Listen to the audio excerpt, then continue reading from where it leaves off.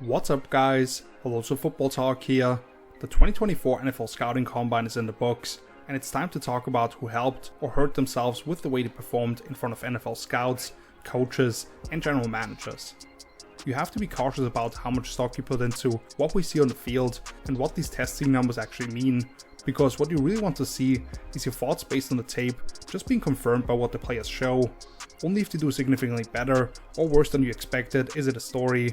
You don't want to count twice, negatively or positively. The biggest piece of the puzzle in Indianapolis, of course, are the medical reports, followed up by the personal interviews these players are having with teams across the league, and only then anything they do athletically.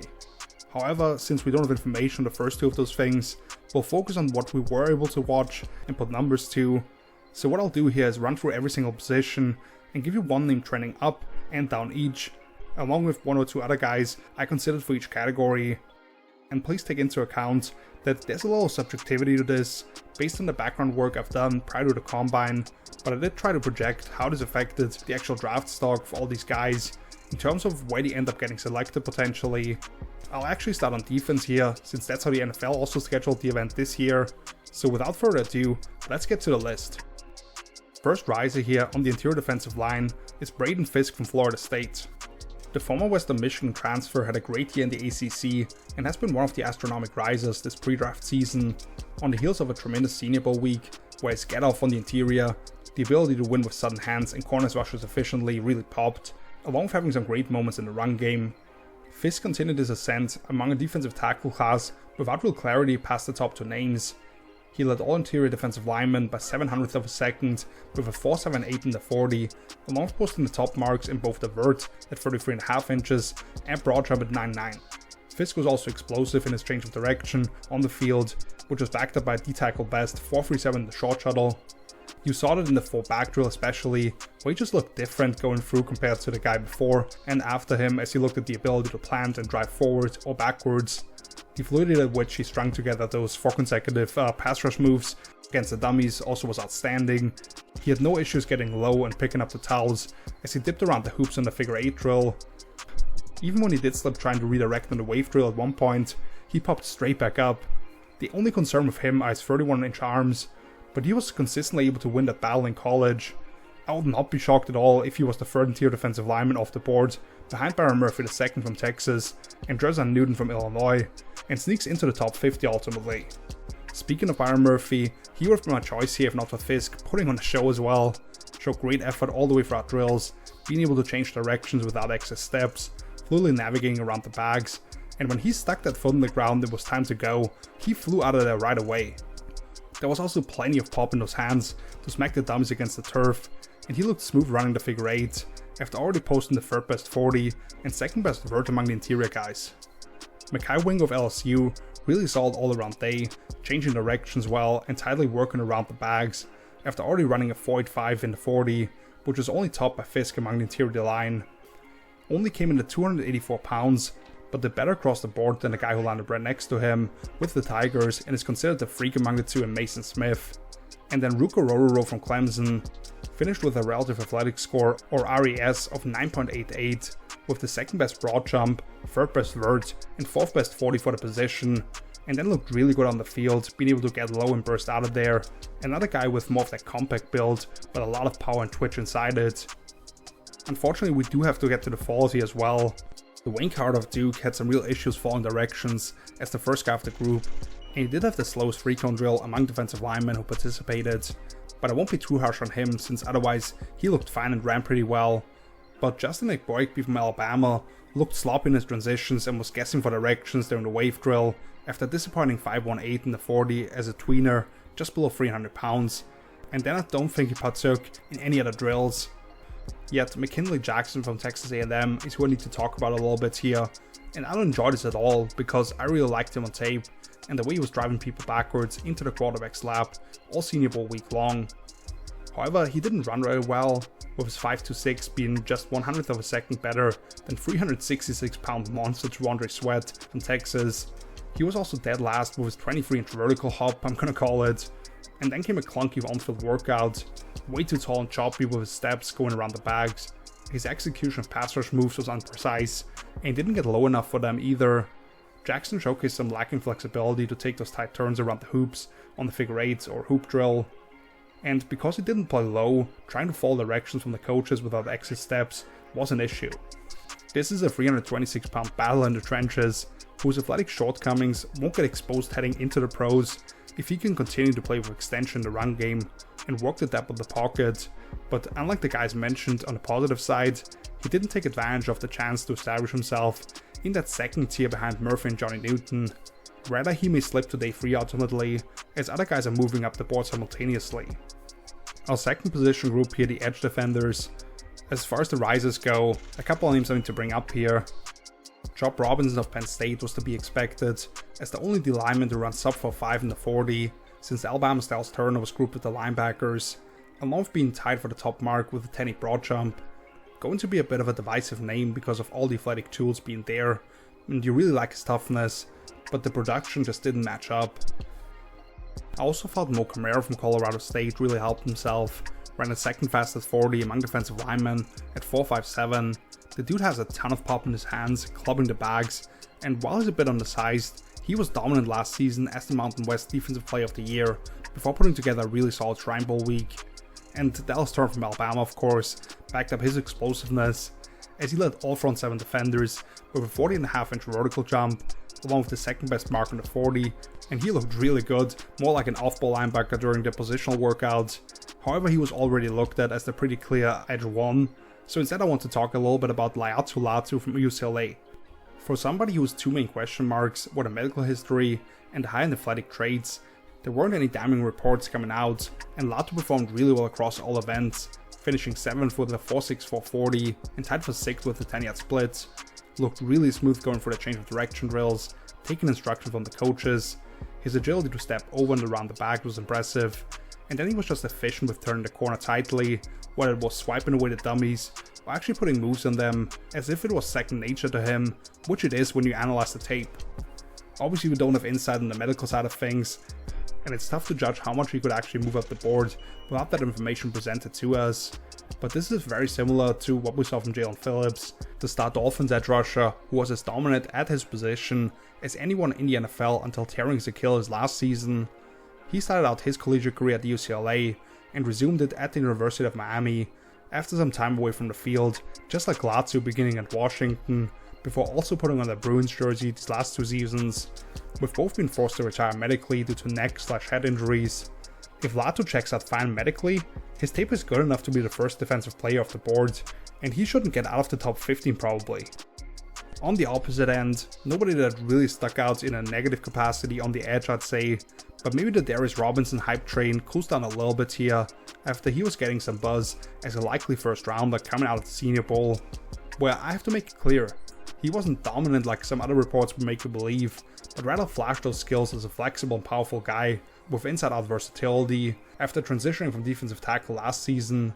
Among edges, the Missouri standout was 1/10 of a second slower in the 40 than anybody else with his 4.95. He was also at the bottom of the list with a 9.3 broad jump, and didn't pop during the on-field portion I'd say because of how great that group was generally. And it's a little unfair because he weighed in significantly heavier than the majority of participants at 285 pounds.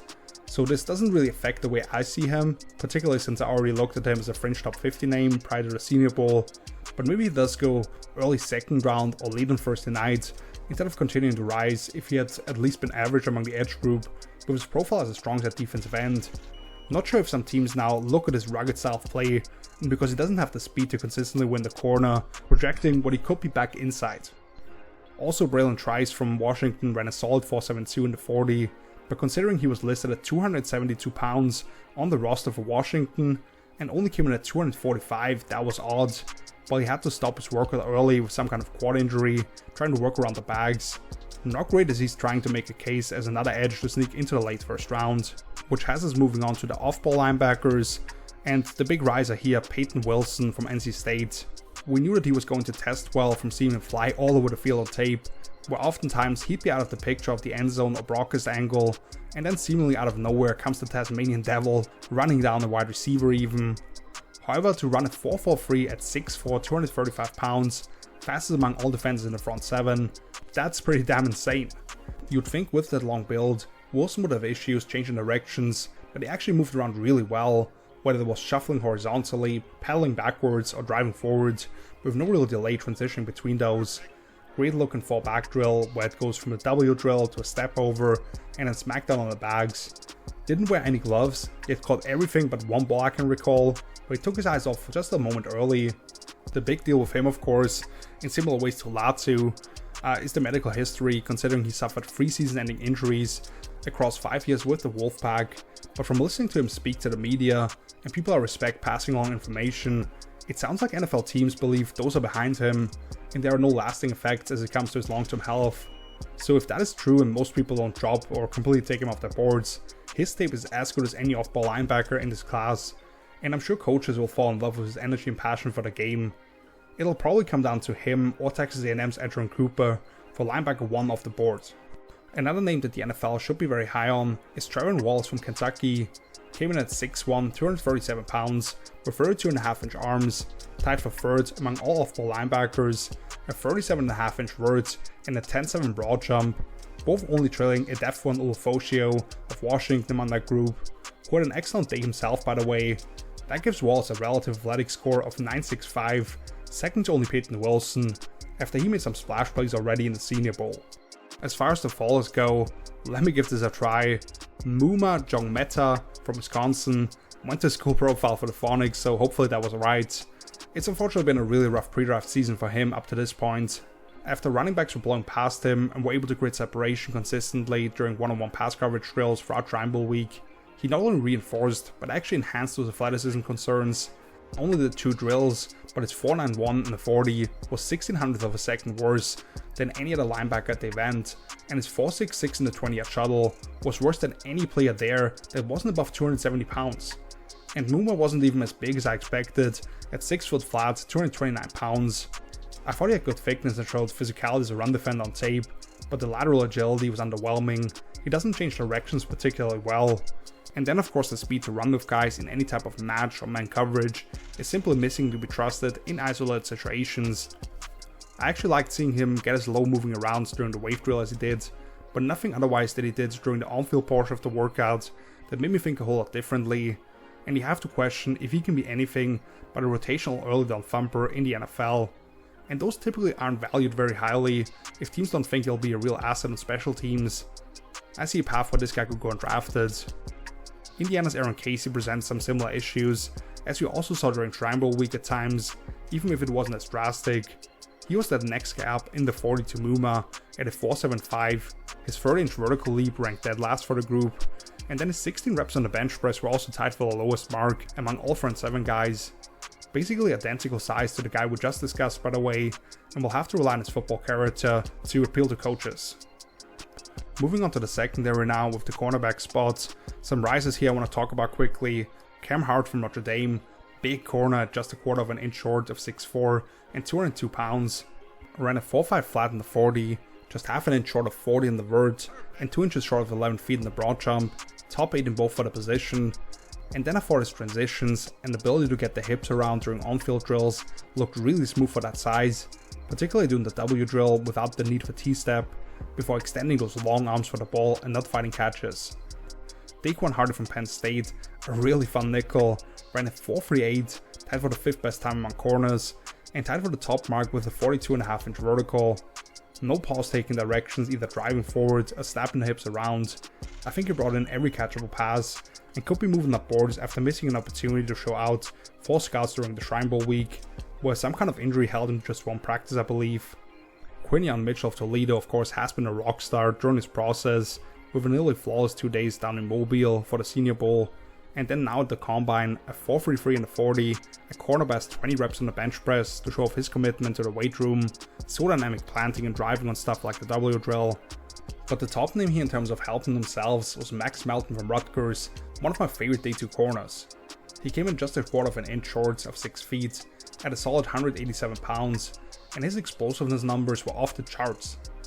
40.5-inch vert, 4th best among corners, 11 for a broad jump, tops for the position, and went just under 4.4 in the 40. Melton didn't do any of the agility stuff, but had no issues in terms of changing directions and opened the hips at any point during his positional workout. He looked fluid flipping his lower body around as he was working down the line on the first drill. I'm not a big fan of the T-step during the W drill, but there was no delay with Melton sticking his foot on the ground to drive forwards, plans for those 90-degree cuts, or break as if he was covering a comeback route. You love the oily hips to swivel around without any issues, and then he caught the ball naturally, showing confidence in his hands to pluck it away from his body. He's one of those guys in a crowded corner class who isn't getting a lot of attention because he's got average size and wasn't considered a freaky athlete necessarily, so seeing him test as well as he did should make some people pay attention because the tape was excellent already. On the opposite end, Terran Arnold from Alabama didn't help himself with the 4.51 he ran in the 40, with only 6 other corners running slower, as he's trying to establish himself as CB1, but such a clean on-field workout and caught the ball with ease, so it's more about the rest of the names up here testing better than him that it remains a discussion of who will be the first one off the board. Isaiah Johnson, by the way of Syracuse of course, did actively hurt his draft stock. It always sucks to be the last one with a 4.64 in the 40, actually was above average in both the jumps, but it's a likely indicator for a lack of long speed. A bit clunky going through some of the transitions and really struggled to catch the ball, highlighted by a rough gauntlet drill. But how can this not be Kalen King from Penn State? He's just had a pre-draft season from hell, man. First he went to Mobile and had one of the worst Senior Bowl weeks I've ever seen for a corner, constantly looking unsure about his technique and got blown by on several occasions, which those long speed concerns showed up in Indy as well, where he ran a 4.61, second worst among all corners, and in particular when you consider his 10-yard split was actually average, it's that final gear that is simply missing for him. He was also guessing a couple of times with the signals given to him when to open or flip his hips and slipped twice. His jumps were okay, and what I will give him credit for is that he caught the ball really well. Yet after what he showed against top competition down in Mobile and not cracking 4.6s, the conversation about moving to safety will only get louder now. Dramatic fall from grace for a guy that was considered a likely top 20 pick around this time last year, when his tape was actually better than Nittany Lion teammate Joey Porter Jr., who just finished an excellent rookie season as the first pick of the second round, to now somebody who may fall all the way to day 3, since everything has gone the wrong way for him since that point. And the final defensive position, the safeties.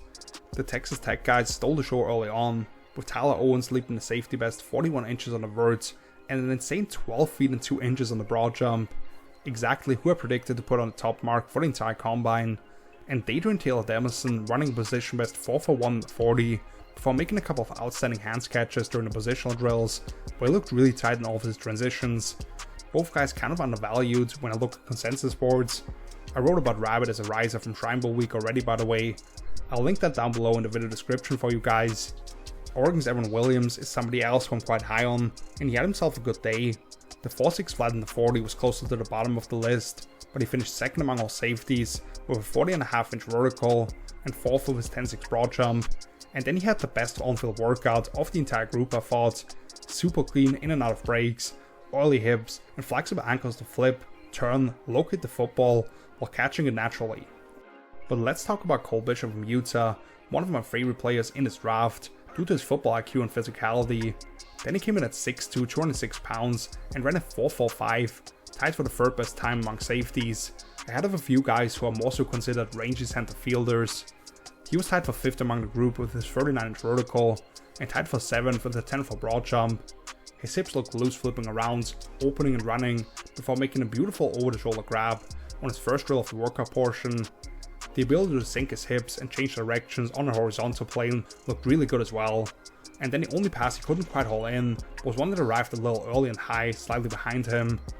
I still really like his teammate Sione Vaki as well, who could probably be an early day 3 pick, based on his tape as a running back alone, and look like a natural athlete going for the different position drills. But for Bishop to test significantly better, this should get people off the idea about Vaki being the guy with much more potential, because Bishop has done it for a longer time and was better above the shoulders. In a safety class without much clarity beyond the top 2 names, he has built as good a case to be the next one off the board as anybody. As far as fallers go, both the Miami safeties Cameron Kinchens, who has the ball production and name value to be the first guy off the board, and James Williams, who is considered a conversion candidate to linebacker, or at least a sub-play at the next level thanks to his size. Unfortunately, they were tied with each other for dead last among safeties in the 40 at a 4.65 and the 10-yard split at 1.59, while in both the jumps, either one had the worst mark while the other joined them in the bottom 5. They both caught the ball pretty well during the on-field workout, but also slipped a couple of times, and Williams in particular looked really clunky in his transitions, covering less ground in certain drills than most safeties. But for Kinchens to be looked at as this rangy ball hawk, the explosiveness to not be backed up by the testing, when you consider what you want to see in order to break and close on the football, was a bit disappointing, and may cement him behind Minnesota's Tyler Nubin in terms of the first safety selected, if that guy can put up a good time at his pro day to follow up a smooth positional workout in Indy. Also, Damani Richardson from Texas A&M, 50th senior who started the majority of his time with the Aggies and has been a solid player, but not a ton of splash plays to his name, and then he comes out to finish bottom 5 in the 40 in both the jumps. Not great necessarily, even if he didn't totally sink his draft stock, probably considered more of a late round special teamer now. Switching over to the offensive side of the ball now, we'll start with the tight end position, and the riser here, Theo Johnson from Penn State. Got to show off that athleticism he occasionally flashed when given a chance as part of a limited Nittany Lions passing attack. He finished with a nearly perfect RES, 9.99 out of 10, thanks to the second best mark among tight ends in the 40 at 4.57, only topped by Washington's Devin Culp, running the 4th best time we've ever seen at the position, cutting another 1/10 of a second off, along with the vertical at 39.5 inches and broad jump at 10.5, behind only Kansas State's Ben Sinnott for both, who continues a strong pre-draft season himself, with him and Johnson being the guys who look best during Senior Bowl week. Johnson also posted the best 20-yard shuttle time at 4.19, but the cones unfortunately cost him a perfect 10. Then when he got out onto the field, you saw easy burst off the line, the ability to violently drop his hips and burst out of his breaks. He plucked the ball over his head with ease, and also tracked it well when letting it drop into the bucket on corner routes. On the sled, that initial punch and ability to create momentum, similarly in run blocking drills, was good. This comes on the tail end of an excellent week in Mobile once again, where I noted how cleanly he got in and out of his transitions. So you put it all together in a tight end class that beyond Georgia's Brock Bowers as a likely top 15 pick, and Jatavian Sanders from Texas as a lock for the top 50 I think, there isn't that legit consensus number 3 prospect. Johnson has elevated himself and made a strong case to be the next name off the board. The second guy I have to bring up here is Tip Ryman from Illinois. This dude showed up at 6'5" and 271 pounds, heaviest among all tight ends at the event, yet he ran a really good 4.64 in the 40, and was tied for the top mark in the 10-yard split at 1.55, along with above average marks in the agility drills. He looked smooth running and catching the ball out there, and there was a clear difference in terms of violence in hands and transferring power from the ground up. When watching him drive the blocking sled compared to the other guys there, he just couldn't finish a couple of tough catches during the workouts, but did pump out the most reps on the bench press of any non-lineman at 28. In terms of fallers, nobody that really stood out in a truly negative way I'd say, but let's throw out Kate Stover of The Ohio State University here. Came in a little lighter than I expected at 247 pounds and 6'4" in terms of height. The 4.65 on the 40 and his 36.5 inch vertical were both slightly below average, and he was just an inch better than the guy who came in dead last with a 9-inch broad jump. Weirdly, he did participate in the short shuttle, but not the 3-cone drill, which he finished second to last among the 7 tight ends who did take part. Stover didn't look particularly elusive or explosive out of his stance running routes, wasn't very crisp on his breaks, and struggled a little bit with passes arriving at the hip level, with some uncertainty on how to position his hands. I think he was the favorite for tight end 3 of the board in the draft, but with Theo Johnson showing out, and some other names making solid cases during this pre-draft process, he may slide down a couple of spots ultimately, since his production with the Buckeyes always more so came in bunches, followed up by quiet stretches. This brings us to the running backs, where a couple of names I want to point out here first. Louisville's Isaac Guerendo probably helped himself the most in terms of people realizing what kind of explosiveness he had, led all backs with a 4.33 in the 40 and a 41.5 inch vertical, despite being 221 pounds I believe. But as somebody who already studied him and was aware of the track background, it didn't shock me. Brett Coleman I know is a big fan of his profile, and Daniel Jeremiah actually gave Brett a shout out during the broadcast, so that was cool as somebody who's followed his stuff for like 10 years now, which is pretty insane to be honest. Trey Benson from Florida State obviously with a great time, running a 4.39 at 216 pounds, and he's been my RB1 since last August pretty much, but he didn't have the greatest on-field workout I'd say when it comes to footwork, although he did catch the ball well.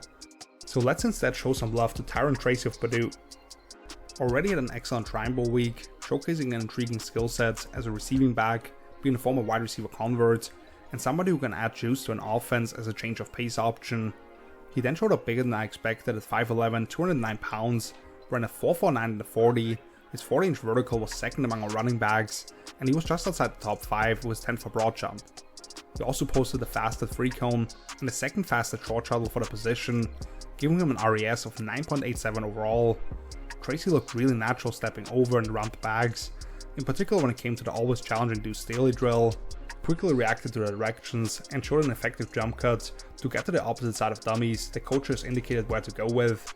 Really clean during the pass catching portion, running a beautiful angle or Texas routes and catching the ball away from his frame with those soft hands, where he'd take that mental picture of it before putting it away. He's probably still looked at as more so a midday free option, but he's now gone from one of the names drafted very late to more of that 5th round range at least, which should present some opportunities to prove himself as part of a rotation depending on his future landing spots. On the negative side, unfortunately, Audric Estime of Notre Dame, really disappointing 4.72 in the 40, which even at 221 pounds is a tough time for any elite back. Which, as I think about it now, Isaac Guerendo of Louisville running a 4.43 at that same weight, that difference is pretty insane. So Estime's time, of course, dead last for the running back group, and it was surprising considering he did finish in the top 5 in both the jumps, but it reinforces questions about his long speed, since I thought he could produce some nice 10-yard gains, but not break through for explosives. He did pump out 23 reps on the bench press, but didn't partake in the agility drills, which wasn't surprising for him to skip those, since it got even worse when the field workup began. His feet got really wide and kinda kicked out for him to touch the backs as he was trying to step over. When having to read the dummies opening a lane for him, you saw him really stutter those feet and take an extra beat. More of a clap attack catch technique, even though I don't recall any drops. Many people really liked him as a power back who was very productive as the feature guy for the Fighting Irish. I was not quite as high because he doesn't have that ability to efficiently navigate the condensed space or create if he isn't given a runway, and that did show up a little bit, along with that lack of a top gear throughout his time in Indy. Bucky Irving from Oregon had a nice field workout, but at 5'9", 192 pounds, his speed at 4.55 is somewhat limited, and the explosiveness numbers are definitely underwhelming. He was the only back to not crack 30 inches on the vert, along with the second lowest broad jump at 9.7. I think he looks more bursty as a run on tape, but not a profile you typically love to see for someone who I think it looks more bursty on tape, but not a profile you typically love to see for someone you want handling double-digit touches. I think it looks more bursty on tape as a run on tape, but not a profile you typically love to see for someone you want handling double-digit touches. Moving on to the wide receivers, and this was a loaded group. Of course, Xavier Worthy of Texas setting a new record in the 40-yard dash at 4.21 was pretty insane to watch, combined with his 41-inch vertical, and I would not be shocked if he snuck into the end of the first round now, but he never planned to do any of the positional stuff. His Longhorn teammate Adonai Mitchell, my current wide receiver 4, and I have a feeling that we'll see him rise up boards after what he did in Indy, despite having like 35 pounds on Worthy, at 4.35 in the 40, 39.5-inch vertical, 11.4 broad jump to lead our receivers. He did stumble at one point during the first gauntlet, and dealt with a couple of off-target throws. He looked easy getting in and out of cuts, and had a couple of really nice fingertip grabs late on as well. Lots of really fast guys. Brian Thomas from LSU with a 4.33 at 209 pounds, that was pretty insane. Tess Walker from North Carolina, nicely bouncing back after a rough Senior Bowl week, 4.36 in the 40, 40.5-inch vert, second best broad jump among receivers at 11.2, and most importantly, with how he approaches the ball being questioned, did not show any hesitation running through catches during the gauntlet or rest of the workouts. Jacob Cowing from Arizona is a name I want to note here. Top 5 wide receiver time in the 40 at 4.38, which long speed was the question mark on his film. The jumps were underwhelming, but he showed no issues running through the catch and plucking the ball during the gauntlet, efficient getting through his breaks and not taking any excess steps on stuff like deep comebacks. Thought he had a really good workout. But the name I want to highlight here is Johnny Wilson from Florida State. A legit 6'6", 231 pounds, measured him with the longest wingspan ever recorded by a wide receiver at 84.5 inches. He ran better than I anticipated with a 4.53 in the 40 and finished average or better in the jumps, along with the 6th best time in the short shuttle among all players in Indy at a 4.11. Kinda crazy considering the only guy close to him in weight ahead of him was Washington wide receiver Rome Odunze who also had a really clean workout and put up excellent numbers across the board, but even he was about 20 pounds lighter. Following that up, when Wilson got out onto the field, he didn't move like somebody people have projected to transition to tight end, being able to reduce that height and cleanly come out of his breaks. He showcased plucky hands throughout the workout, whether it was sucking in balls during the gauntlet, or being able to take his eyes off after reeling in passes at the end of his reach to look at the sideline and get his feet in bounds in a very well coordinated manner. Yet when he hit space, you'd see Johnny instantly turn up the field as well. Unfortunately, he missed the final 3 routes of the workout, I believe. Hopefully only strained something, but was basically a 10th of a second faster than his FSU teammate Keon Coleman in the earlier group when it comes to the 40. He runs better routes, and while his ball skills aren't quite up to par, he's actually a bigger target with a higher contested catch rate as well. So not a dynamic separator once again, but he surprisingly just hit an RES of 9.88. He's been a highly productive player in college, and I believe in the right role, he can also be in the pros, at the wide receiver position. On the opposite end, since I just mentioned fellow Seminole Keon Coleman, you hate to see the 4.61 for big wideout, who's not classified as a separator, but the way he was flying through drills, with the fastest time MPH during the gauntlet, and made tough catches look incredibly easy, I didn't think he ever played slow. Isaiah Williams from Illinois was the only one with a worse time than Coleman at a 4.63, and he did so weighing 30 pounds less.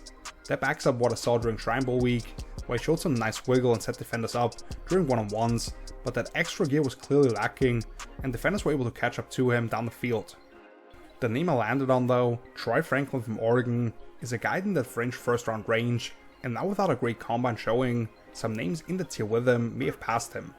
Short up an inch shorter than what he was listed at 6'2", and only 176 pounds, so you're looking for that skinny build to lend itself to elite speed, and a 4.41 is obviously nothing to sneeze at, but nothing that separates him in a class with a bunch of guys who can run with more size to them. The jumps were basically average, but then the field workout was really poor. Swerved way too much off the line, and wasn't able to run through the catch with confidence during the gauntlet, as if he had never done it before, even though you obviously know exactly which drills are coming. He ran a glance route of flat post at one point, and he tried to cut off the inside foot, which ended with him slipping and landing on the turf, on what would have otherwise been a pass on the money from his former Oregon QB Bo Nix. There were a couple of tougher catches to haul in for him, but you'd like to see him not make those adjustments look as odd and have to go to the ground for them. He did better on those downfield routes, but maybe he'll be more so an offset Z receiver with speed to stretch the defense than somebody who can consistently line up at the X and win one-on-ones like he did a lot for the Ducks, especially considering his career drop rate of about 10%. Quarterbacks are next. Only so much you can really tell from this combine showings, especially with barely anybody testing. Tennessee's Joe Milton hanging on the back foot and launching passes 70 plus yards down the field was of course tantalizing to watch, but Devin Leary from Kentucky actually looked best throwing the ball as part of that first group, which included 2 guys like in competition for the title as QB4, and JJ McCarthy of Michigan and Bo Nix of Oregon, with rumors around JJ ultimately being a top 5 pick potentially. Leary didn't run or jump, like most guys at the position, but you saw that this guy can really spin it. There was good rhythm and pace to his dropbacks, since he does have more experience in an under-center pro-style offense at Kentucky than some of the other guys who operated in the spread attack. The ball came out on time and with plenty of velocity. When he let the guys rip it on glance routes, Leary really pinned the ball on those receivers, and he drove deep out and corner routes to the sideline.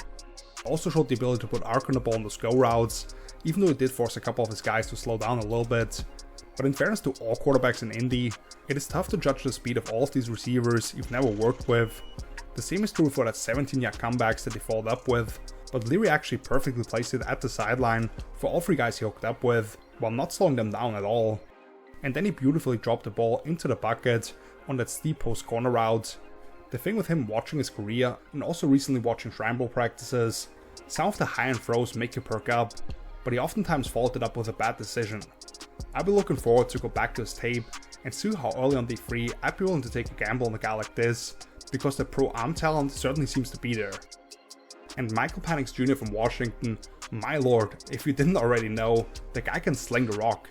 The throwing session in Indy is made for a guy like this, where it's not as much about throwing with anticipation, but rather see guys come out of the breaks and teleport the ball to them, which Penix of course is very capable of. Yet the consistency and accuracy he showcased was something that elevated him over names like Bo Nix and JJ McCarthy, as the 2 other guys among the 6 regularly discussed as first round options at quarterback. at least for the time in Indy together. He really only missed one throw that clearly I can recall, and he actually refused to get back in line when he did, because the competitive juices were flowing and he wanted to finish up strong. So he didn't prove anything that we didn't already know necessarily, but showed off that arm talent in front of NFL decision makers to intrigue them even more. On the negative end, Sam Hartman from Notre Dame. I hate to keep picking on this guy because he's had such an amazing journey in college between Wake Forest and Notre Dame, with the toughness he's shown and how he's continuing to find ways to win games. But unfortunately that's what he is, a great college quarterback. When he didn't have chemistry with the receivers there and couldn't anticipate the break as well as usual, you saw the lack of zip he could put on the ball to put it on those guys. There were balls that bounced off the turf short of the target, ones that sailed over the heads because he had to let it go early and put everything he had into them. He did throw a couple of nice balls on the show of go routes towards the end, but even on those, you see some of the quickest 5-step drops you're ever going to find. Of the 4 comebacks he threw to finish off the session, he let it go early on 3 of them, which were off target, and then when he tried to hold onto the ball to see his receiver get out of the break, the pass landed way out of bounds. Give the guy credit for doing everything he can to make this dream of being an NFL player come true.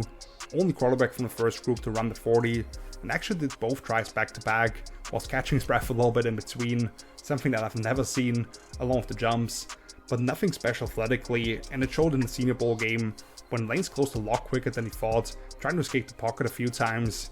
At the tail end of a practice week, that also made it clear that the physical tools are a notch below the competition. His 53 miles per hour fastball, being 5 less than any other QB there, also backed that up.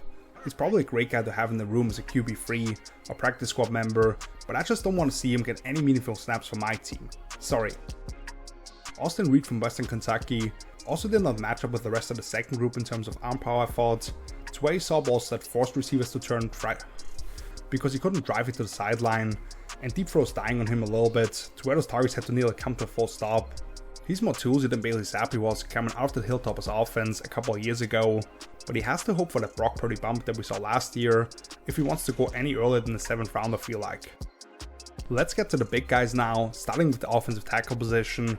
Bunch of guys I could talk about here. Troy Fautanu of Washington. The big question with him, of course, was length, since he was considered a conversion candidate inside.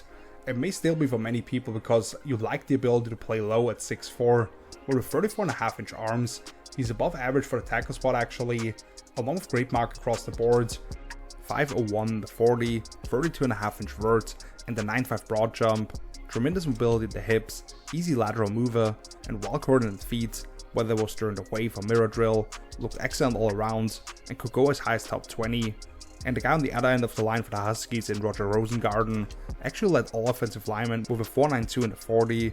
More of that lanky build, of course, which brings some issues dealing with speed to power, but he showed no problems getting low during the positional workouts, and had already put together a nice week of practice down in Mobile for the Senior Bowl. Garrett Greenfield from South Dakota State, though, set a new record for offensive linemen at the Combine with a 38.5-inch vertical, and that explosiveness shows up on tape when you watch how much ground he covers with that initial kick in his pass sets. Greenfield showcased quiet feet during the wave drill, sharp transitions to turn up and react to the coach and the pulling stuff. You also saw the twitch out of his stance and how much ground he was able to cover once he was able to stride it out. He got a little too wide in his first try on pass sets, which simulated a twist, and couldn't quite redirect the first time, but looked smooth on the retry. Not a ton of pop in his hands because he was probably trying to not overextend or lunge, but he's been an elite pass protector at the FCS level, and the movement skills were on par in Indy overall as well, whether it was the kick sets or the lateral mobility during mirror drill and such. What I really like about him at 6'6" is that ability to reduce his height and always play with good bend in his knees, which shows up when he cuts off rush counters with ease. This comes as a great follow-up to a nice Shrine Bowl week, where after Oklahoma's Walter Rouse, who looked pretty good himself during the field workout after not testing, I thought he had the most consistent showing at the position, so concerns about level of competition were largely limited for both him and the guy who landed right next to him at left guard the last few years for the Jackrabbits in Mason McCormick, who himself posted an RES of 9.94 to complement tape where he was just kicking ass in the run game and did outstanding work in pass pro during Shrine Bowl week. Not too many guys that really stood out negatively. It's like to see some of the big guys get knocked out, such as Georgia's mountain of a man in Marius Mims pulling a hammy on the second try of his 40, because his measurements were absolutely insane, and he was off to a really strong start with a 5.07 on the first try. although in one of the weirder cases of false information, we were told that he actually put up an insane shuttle time, and that unfortunately wasn't true. But in terms of guys who did finish their workouts and hurt themselves in terms of their stock, TCU's Andrew Coker had some really bad testing numbers. A 5.36 in the 40, 25.5 inch vert, and a 7.10 broad jump, dead last with that one as one of the only 2 guys across all positions in Indy to not even hit 8 feet, along with being in the bottom 5 in the first 2 categories, plus the second slowest short shuttle, which has proven to be a big indicator for success on the O-line. During the wave drill, you saw Coker click his heels and even cross over at one point, which you don't want to see from any offensive lineman. Popped straight up a couple of times during the pulls and didn't turn a very tight corner, didn't always lead with the right foot when it came to the pass pro stuff. You saw it on the mirror drill especially, where you want to step and slide so to speak in order to stay balanced and cut off the movement of rushers, but now that foot they're attacking would be up in the air and somewhat exposed. And generally I thought there was a little bit of a delay between the signals he was given by Coach Steph Stoutland of the Eagles and his reactions to them. Coker's TCU teammate Brandon Coleman actually had a really good day, and I liked him a lot already before this process even started, which included him putting together a nice Senior Bowl week, and he's largely considered a guard across NFL circles. Slightly longer arms, bigger hands, much better testing, better tape, and Coleman's most likely not coming off the board until day 3. Makes you wonder if Coker ends up getting a call at all, if he's looked at as a guard only as well. For the guys who have actually played on the interior offensive line with the arrow pointing up, for Zach Frazier of West Virginia to even be out there after suffering a broken fibula in late November tells you a lot about his competitiveness. Didn't do any of the athletic testing of course, but put together an excellent field workout considering he's still at 100%. Cooper Beebe from Kansas State, one of my personal favorites, such a smooth operator during the on-field drills, changing directions with quiet feet, explosive first step to get on long pulls, a lot of pop in those hands when he got a chance to punch the bags, and his footwork back out doing tackle pass sets was well coordinated, since that's where he started actually at K-State. Perfect mirror drills where his feet never got wider it looked like, to pair with a 5.03 in the 40. Bo Lima from Arkansas I thought had a really good day as well, 5.22 in the 40, second best vertical jump among the O-line group at 36.5 inches, and led all combine participants with 39 reps on the bench press. Great flexibility in his joints and ability to bend at the hips, quick out of his stance, great change of direction, get a little wide at one point during the mirror drill towards the end of the positional workout, but otherwise really liked what he did after a bit of an up and down Senior Bowl. But Tanner Borrolini from Wisconsin tied for the second best mark among all offensive linemen with a 4.95 in the 40 and a 1.69 split, top 10 in the vert, an above average broad jump, and then put up the top marks in both agility drills, a 7.16 free cone drill, fastest ever for a center recorded, and a 4.28 short shuttle, the third best ever. Then those guys got out onto the field, and Borrolini was an easy mover, always keeping his feet underneath himself and covering plenty of ground between signals during the wave drill. You see him get on his horse as a puller, where that mobility can really shine and add another dimension to an offense. Great explosiveness on the skip pull to take the indication by the coach and take off. Light on his feet during the pass sets, where simulated a twist, where it set outside, shuffled the other way to deliver a punch, and then took 3 more kicks before sprinting off. You also saw it in the mirror drills, where he never seemed to strain or tire out, redirecting laterally over and over again, which makes your quads burn usually. Cool to see Borrolini bounce back from a shaky Senior Bowl week, where he got run through a few times in protection. That of course won't show up in Indy, where he's not put in pads, and he probably don't want to put him on an island with big nose tackles a whole lot in the pass game, but his ability to mirror twitchy interior rushers or slide in front of blitzing linebackers is definitely a plus. His lateral mobility makes him attractive for a wide zone-based attack, but the ability to get out on the move also appeals to teams more reliant on pin and pull schemes, which is something we see become a bigger part of NFL offenses nowadays. So a guy you can easily talk yourself into late on day 2 or early day 3 if you have a plan for him. And the final 2 fallers here, Xavier Gadlin from Liberty, just hit 8 feet on the broad jump, only 24 inches on the vertical jump, and a 5.5 flat in the 40, all bottom 3 marks among linemen, along with the worst times for both the agility drills, but he did have a pretty nice on-field workout, and I haven't gotten to his tape yet, so I'm not gonna dig in too much after he had a really nice Shrine Bowl week. Unfortunately though, it was a really poor showing for Jeremy Flax of Kentucky, the worst 40 of anybody in Indianapolis by 0.1400th of a second at a 5.64. Big dude of course at 6'5.5", 343 pounds, but just a very sloppy body I thought, with excess weight in the midsection. He did his 2 runs along with the jumps, but that didn't seem actually get onto the field for positional drills. I don't have any information that he might have strained something, and that's why I chose to sit that part out, but that will make things a whole lot better, since he was already replaced at the Senior Bowl after the first practice, I believe due to an injury. He did stick out in a couple of times on tape when I was watching running back Ray Davis blowing people off the ball, but obviously with only 33.5-inch arms, that athletic profile takes tackle off the board, and in a deep group of interior guys, it's going to be tough to make a case to get drafted late, when there's other names with more intriguing skill sets to offer maybe, and you're looking for those high athletic scorers. Let's hope we can clean things up a little bit at the Wildcats Pro Day, and before I make any definitive statements on him, I'll have to study him individually still. Here's a quick overview of the 22 names that we talked about today. Didn't end things on the greatest note, but let's also not forget, absolutely not the end-all be-all by any means. Tape remains king, this is just a factor to separate some closely ranked guys, but we know the NFL can be quite reactionary, and this is just supposed to be an indication of which guys have the arrows pointing up or down currently. That's gonna do it though. Thank you so much for watching. If you enjoyed this video, please make sure to hit that thumbs up and subscribe for future episodes if you're interested. Let me know who you thought helped or hurt themselves in Indy, and if you could share the link with a friend maybe, I'd really appreciate that. We're full on into draft season now. I did record a long video about 10 days ago on free agency, matching all 32 teams with a pending name that will be available, which should pop up here any second. But now it's time to dive back into the tape, and we'll be starting with my positional draft ranking series next week, where I'll be posting 2 articles every week with counterpart groups so to speak, such as running backs and linebackers next week, then wide receivers and corners and so on. To follow along, you can head over to my page Footballtalk.com, where I post all of my content, and feel free to follow me on social media, where I also throw out some of my favorite clips that I stumble upon, and share general thoughts on these classes, mock drafts, as well as when the new league year kicks off, and we see all of these free agency signings come through. Happy to interact with you guys and all of that stuff. So until then, see you later. Peace!